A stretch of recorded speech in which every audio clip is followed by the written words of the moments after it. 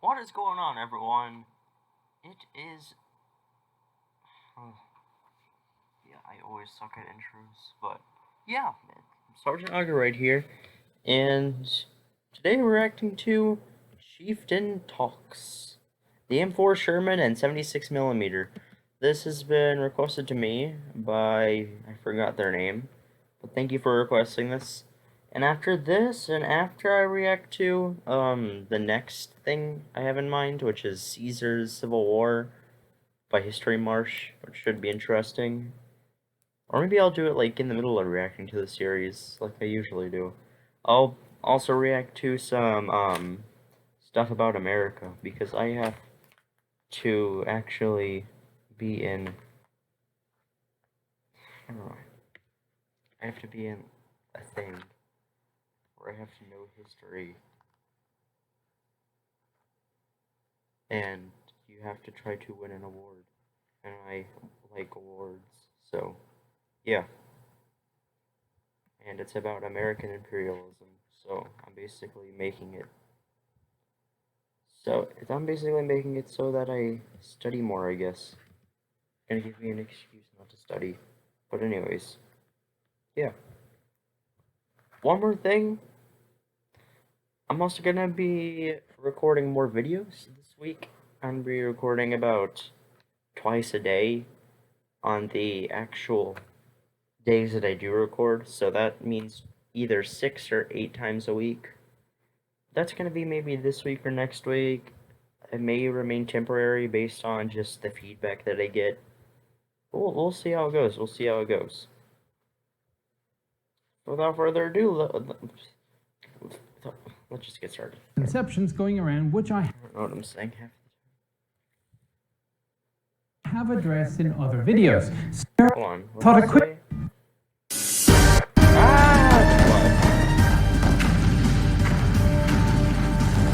Look at that.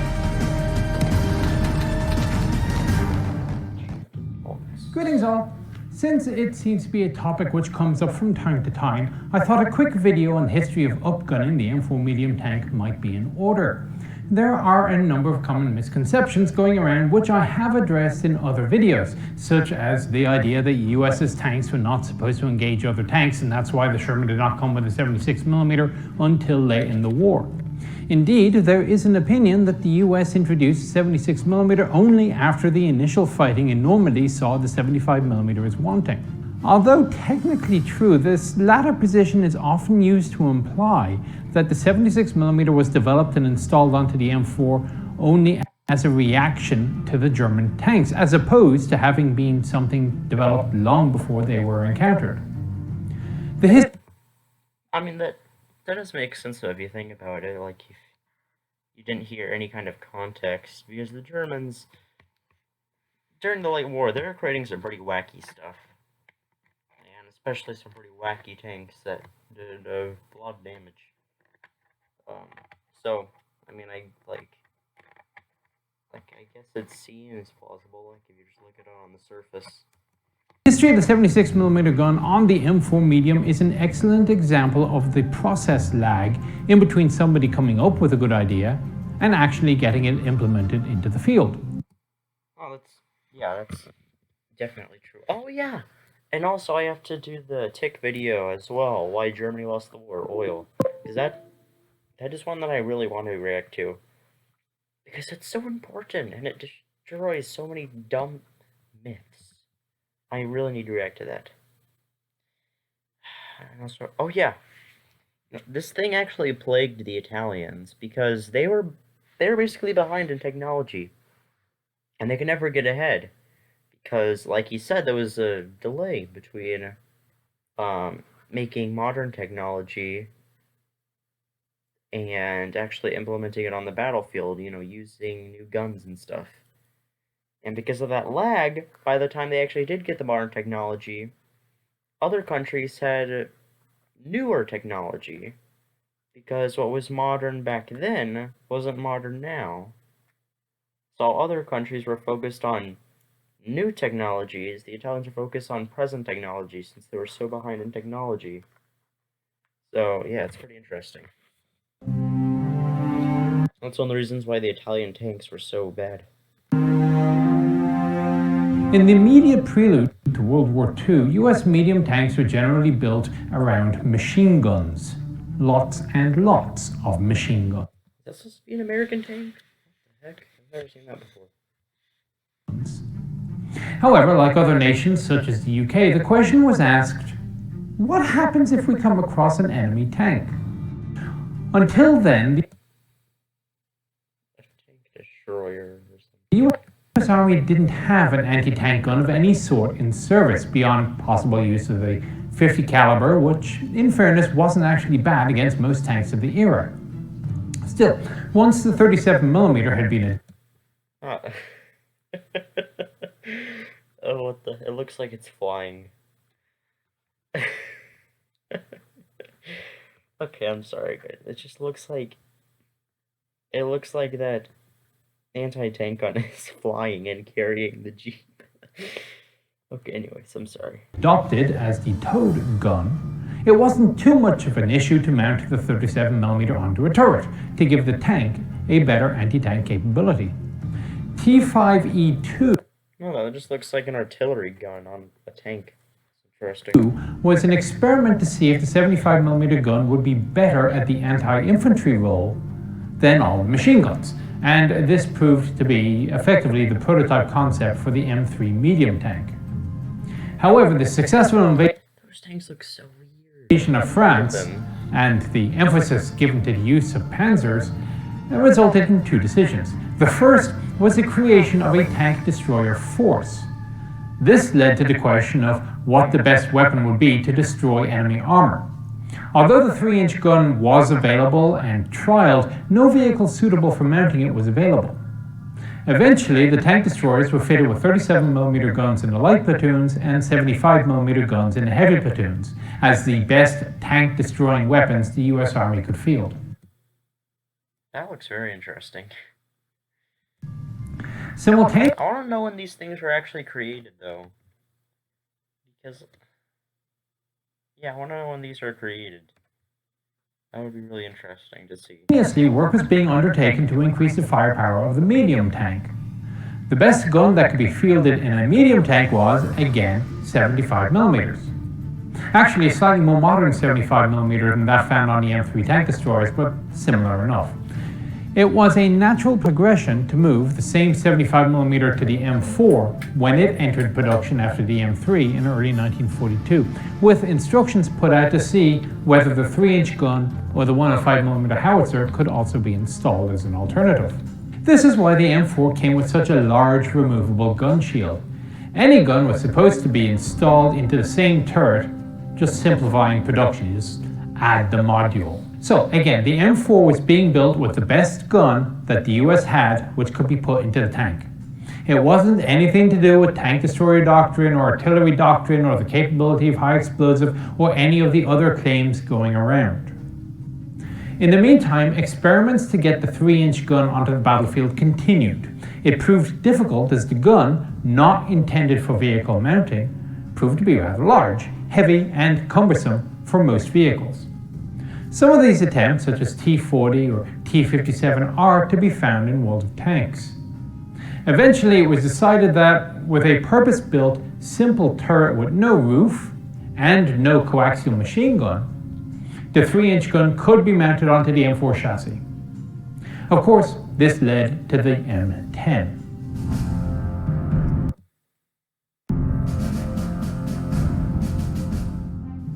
Being able to mount the 3-inch into the M4 as a tank destroyer, of course, is an entirely different kettle of fish to mounting it as a tank weapon. The Kettle of fish? Okay. That's very interesting. M10 was an expedient, heavier than it needed to be simply because of the need to put dead weight on the back of the turret to balance out the gun on the front. A situation which would be exacerbated in the case of a proper turret with frontal armor and a machine gun in a tank which already was approaching the limits authorized for shipping and tactical bridging. The attempt to arm the 3-inch gun into the M4 medium was abandoned. Salvation was to come in the 76mm gun. The 3-inch gun was an older design, dating back quite a few years. The version eventually used by tank destroyers being a sort of a cobbling together of the barrel of the 3-inch anti-aircraft gun T9 and the breech and carriage of the 105mm M2 howitzer. Being something of a hack, however, it was anything but efficient, and in more recent years, improvements in metallurgy had resulted in the possibility of a new design started from scratch, which, in effect, gave you the same 3-inch gun for half the weight, or a bigger gun for the same weight. Hence the split here between the 90mm, which would replace the 3-inch on M10s to make M36s, or the 76mm designed to fit where the 3-inch gun could not. The choice of the 76mm was a matter of rationalizing production. The 3-inch gun was a known quantity, and apparently quite capable of performing the role for which it was intended. Wait a minute, hold on. The Americans are using millimeters. What? With production lines already set up for the projectiles, it made no sense to spin up yet another ammunition production line for projectiles for the new anti-tank gun, nor for the creation of a new set of machine tools for boring tubes in this new caliber. It also meant that it could shave off a whole bunch of time normally required for testing. As a result, the 76mm was placed into an M4 for trials in the summer of 1942. After the boffins at Aberdeen had finished putting it together and tested it to make sure it mechanically worked, sufficient faith was placed in the tank that it was standardized as a substitute vehicle, meaning it could be used instead of the 75mm tanks, so that the US forces would have an even better anti-tank capability for the likely invasion of North Africa later on in the year. So later on in the year, so right now this is 1942. Because that's whenever Operation Torch happened. It was like late 1942. And Operation Torch, for those of you who don't know, was basically when America landed and some other allies landed in North Africa and basically took over like all of freaking Africa, controlled by the Italians and Germans in like the matter of not that long. Like, they took over the vast majority of it in just a few days. It's crazy. Like, if you watch a time-lapse of it, it's really interesting. Armored Force were most pleased to hear of this development, worrying only that the larger gun would still carry a useful load of ammunition, and that it would not delay production of tanks overall, so as they wouldn't be held back from getting into the fight. It is worth observing at this point that nothing more troublesome than a Panzer IV had appeared on the German side, with the L-43 7.5cm gun taken to the field only a couple of months prior. Until then, the Shermans with their 75s had the match of the German tanks, and although the longer German gun had begun to equal the scales, it wasn't as if the 75mm was ineffective. Still, if the Americans could put a higher velocity cannon into the field, that meant that the US could engage accurately from further out. The importance of velocity at this point wasn't so much in penetration as much as the accuracy. A shorter time of flight means a flatter arc, more tolerance for range estimation errors, and less need for lead.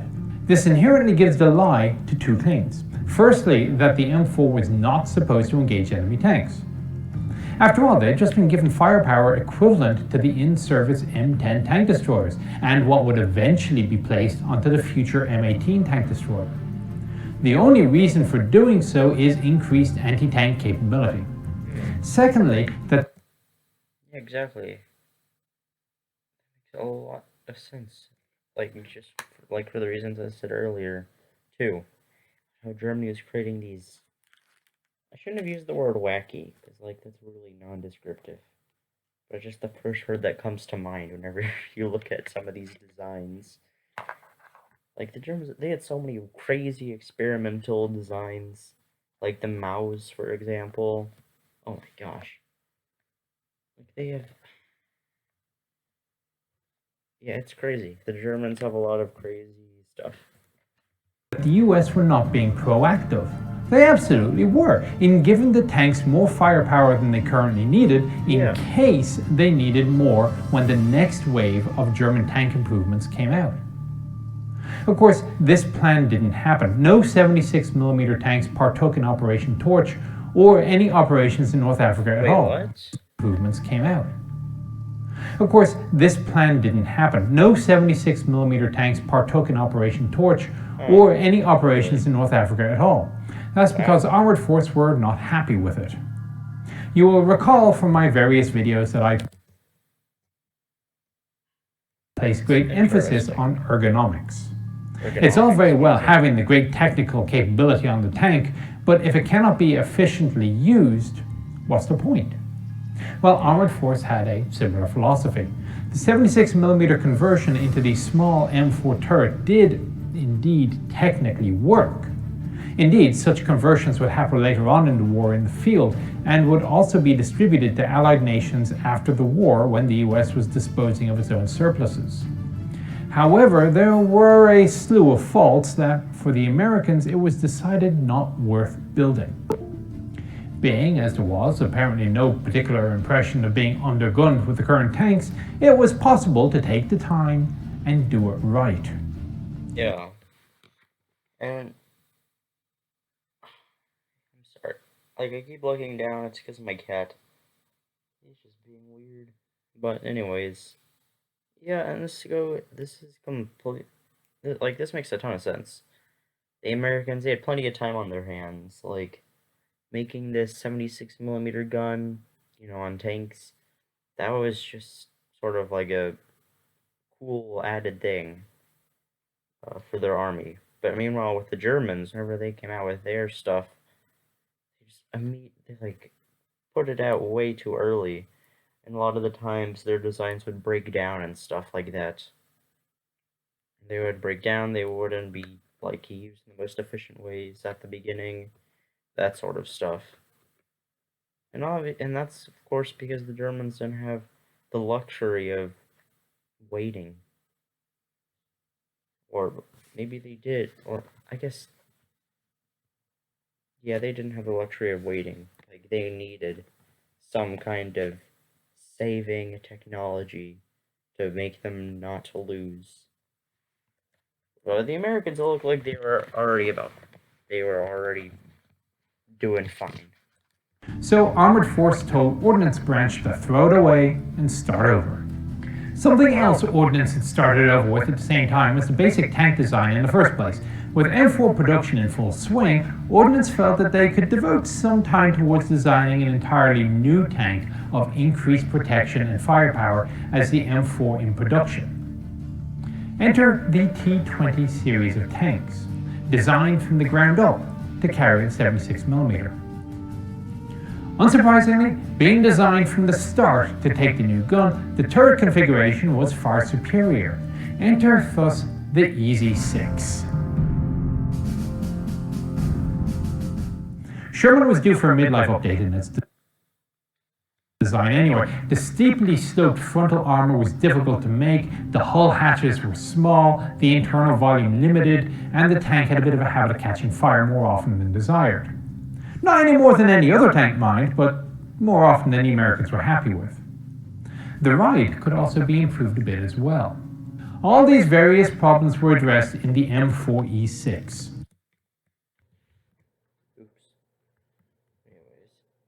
The large hatch Sherman had less of a front slope with thicker armor to compensate. The ammunition was put into wet stowage to reduce the chances of fire. A new horizontal volute suspension system was installed.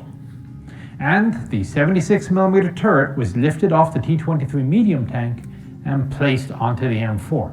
It was sent off for trials in June of 1943 and passed handily, with only minor tweaks required, to include rejecting the suspension system pending a redesign. By August 1943, the decision had been made. All US Army M4 medium tank production would switch to the 76mm gun.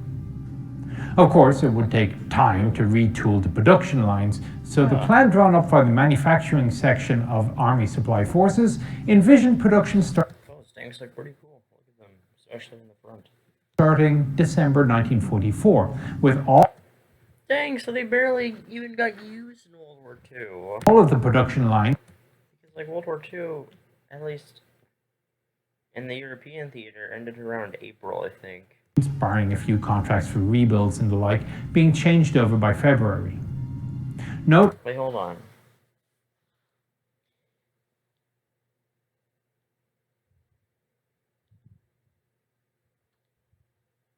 When did World War II end? No, come on. When did World War II end? September 2nd, 1945. And guess when World War I started? When did World War I start? When did World War II start? September 1st. Isn't that cool? This was just US Army production. 75mm production would still continue for the Marines and export orders. Plus, of course, eventually non-medium tanks like assault tanks, such as the Jumbo Sherman. Again, it is instructive to note the timeline against what the Germans were actually fielding. By the time this decision was made, the US was well enough familiar with Tigers, which were being used in small numbers, but though Ferdinand and Panther had just had their combat debut on the Russian front, no useful information about them had made the way to the US at the time. As far as the Americans knew, the 76mm gun could take care of anything they were likely to meet. Of course, anything, that's a bit of an exaggeration. Once production starts, that's still quite different from fielding. Tanks produced in early 1944 still had to make their way to ports, get shipped over to the UK, and then issued to the field units. By the time D-Day preparations started with some 200 tanks in the UK, tank unit commanders were disinclined to hobble themselves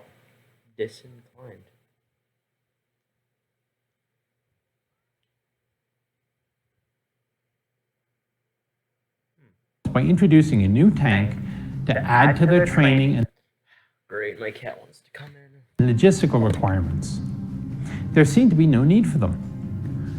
This was the US's second mistake, and not really anything you can place the blame at to the feet of the design or doctrine guys in the US. The first mistake, possibly only truly knowable with the benefit of hindsight, was not creating the HVAP round until after the 76mm limitations were made clear. This was not a doctrinal failure, it was a failure in intelligence, both in the belief in the ability to penetrate the front of the German tanks and the numbers of those tougher tanks that they were liable to meet. Statisticians will probably be very familiar with the German tank problem. It's a fascinating assessment of how to determine just how many tanks the enemy has made by looking at serial numbers of those captured. The statistics were actually correct. That's interesting. That's a really creative way of doing it. But a little bit too late to help, really. Yeah. Like they're talking December 1944. Yeah, that's late. It took a month for the 76mm tanks to be brought over to France, only to discover that the gun was not as capable against thick German frontal armor as had been hoped. The British had taken a different route with their own upgrade program. Those ergonomic issues which the US Armored Force had decided were deal breakers in fielding the tank were considered to be just the cost of doing business for getting a hole puncher into the Sherman quickly enough to make a difference. Basically, it's the old argument between good enough now and perfect next week. In Normandy, Sherman Fireflies proved the wisdom of good. Fireflies are cool. I'm pretty sure those are the ones that have like flamethrowers or something like that. Yeah, those are cool. Good enough now. The Korean War would prove the wisdom of perfect next week, with operations in late 44 and early 45 kind of splitting the difference. In any case, the fielding, finally, of the 76mm tank now gives us the Sherman yet again equipped with an equivalent gun to the tank destroyers. TDs never seem to get hammered for inadequate firepower, but the US M4s do for some reason. 75mm M4s did prove to retain their popularity though because of their better high explosive round, which was what they tended to fire the most. The preference to retain 75mm, even when given the option of moving to the 76mm at the time though. Okay, never mind, it wasn't the Firefly, it was the M4 Sherman. The US Army received a smaller American-designed flamethrower mounted upon the M4 Sherman tank during the same month of September 1944.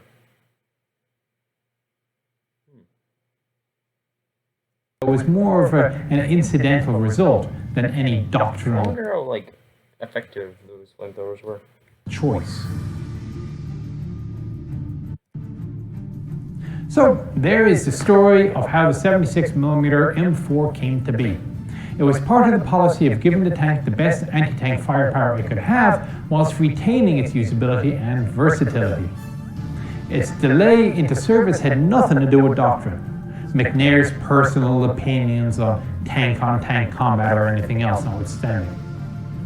It was the result of deliberate and rational decision-making to get a new high-velocity gun into a tank with a minimum of disruption to the production and supply system, while simultaneously not landing the crews with the tank, which is more difficult to use than it needed to be. Hope you found the video interesting and... Well, thank you all for watching, everybody. That was a very interesting video. Wow, that came out only like a few months ago. Yeah, it's really interesting. If you have suggestions, I probably won't get to them until later, since I already have, like I said earlier in the beginning of the video, a few stuff I want to react to first. So, yeah, I'll definitely... So if you do have suggestions, don't be surprised if I get to them, a few weeks later, or like 2 weeks later, something like that, or maybe even a few days, who knows. But, yeah, anyways, thank you all for watching, everyone, and goodbye.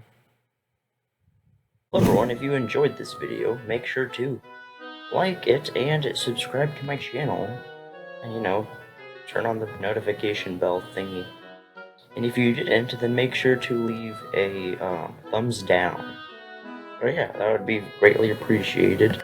And while you're at it, go ahead and watch my other videos. They're probably just as good, and if not better than this one right now. Except for my oldest videos, don't watch those. And, subscribe to these people down here, my fellow sergeants. They're other YouTubers that I either know or I have in high regards. Yeah, even my cat agrees. So, thank you for watching, and have a great day.